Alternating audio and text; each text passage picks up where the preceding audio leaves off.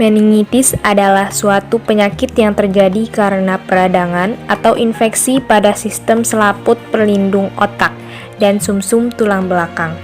Meningitis dapat disebabkan akibat infeksi virus dan bakteri, tetapi ada kemungkinan penyakit ini disebabkan oleh kanker, iritasi kimia, jamur atau parasit, dan alergi obat.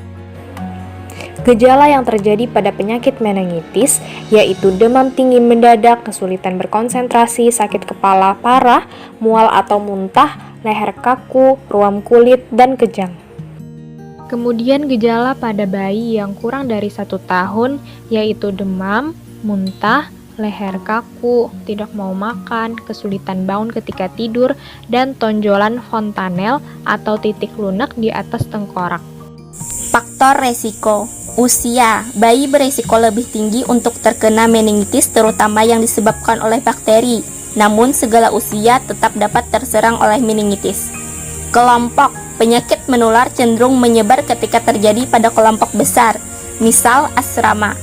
Kondisi medis tertentu.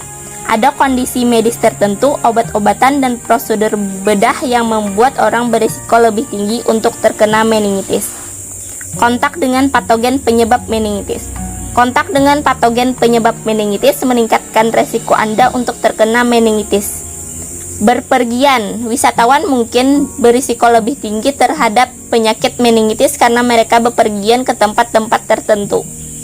Kita dapat mencegah meningitis dengan cara vaksinasi, jangan berbagi barang pribadi, jaga jarak dengan orang yang terinfeksi, cuci tangan, terapkan etika batuk yang benar, makan makanan bergizi, minum air, dan atasi infeksi dengan tuntas. Gold standard untuk diagnosis meningitis adalah pemeriksaan sampel cairan cerebrospinal melalui lubal fungsi.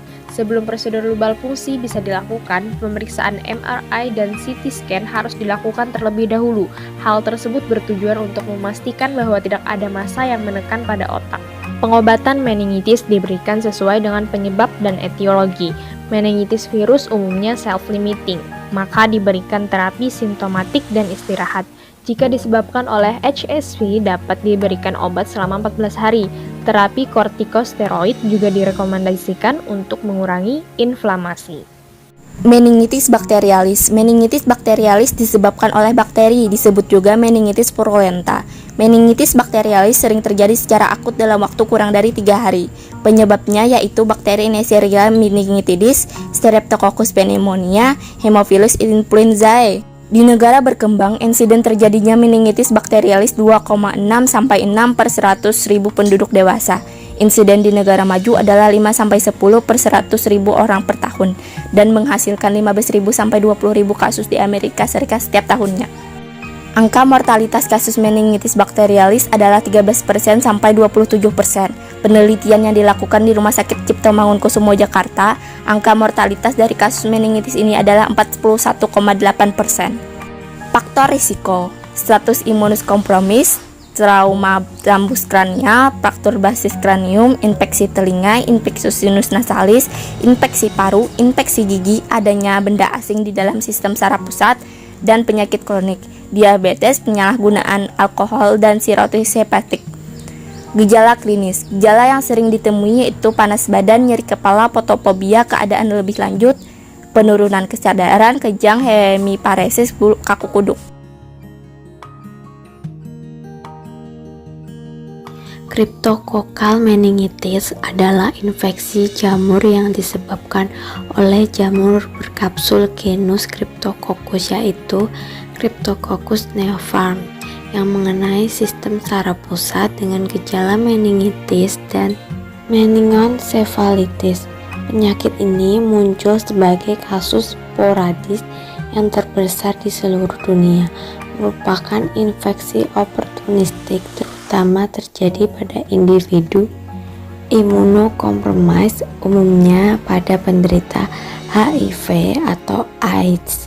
Tetapi kasus dapat juga terjadi pada individu yang imunokompeten. Penyebab terjadinya penyakit ini terjadi secara inhalasi.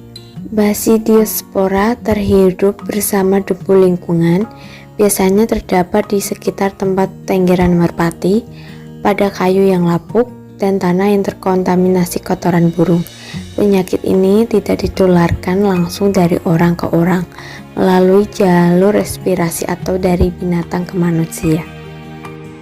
Gejala kriptokokal terjadi di paru-paru, otak, atau bahkan terjadi pada keduanya, di paru-paru dan juga otak. Berikut ini gejala kriptokokal, yaitu demam, nyeri, batuk, hemoptisis, sakit kepala, perubahan penglihatan, muntah, perubahan mental, kejang, dan koma.